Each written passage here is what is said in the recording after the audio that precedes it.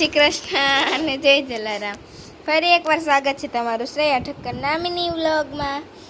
જય શ્રી કૃષ્ણ શ્રેયા. જય જલારામ. કેમ છો? મજામાં? જમવા બેસી ગયા? તો જો અમારા શ્રેયા બેન તો જમવા બેસી ગયા છે. હો, આજે છે રોટલી, દાળ, શાક, ગોળ, સંભારો અને શાક. એમને હવે શાક શેનું છે? બટેટા અને ગુવાર. અને આ સંભારો શેનો છે? મરચાનો.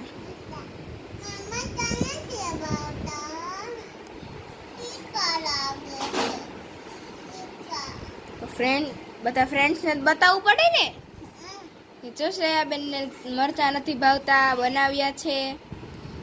તને ન આપું તો ફ્રેન્ડ્સને ખબર ન પડે ને, એટલે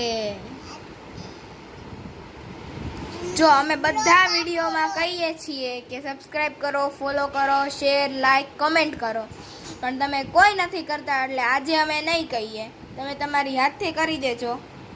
કા શ્રેયા?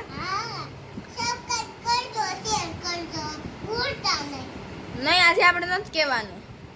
આજે હાથે કરશે. હા, આજ હાથે કરશે.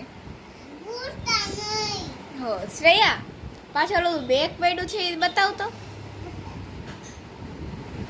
સામે સામે જો, અહીંયા પર્સ છે.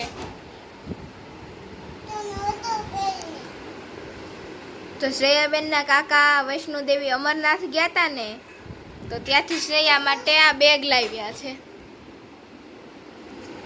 કા શ્રેયા? હા, ચાલો જમવા બેસી જાઓ. બધાને જય શ્રી કૃષ્ણ અને જય જલારામ.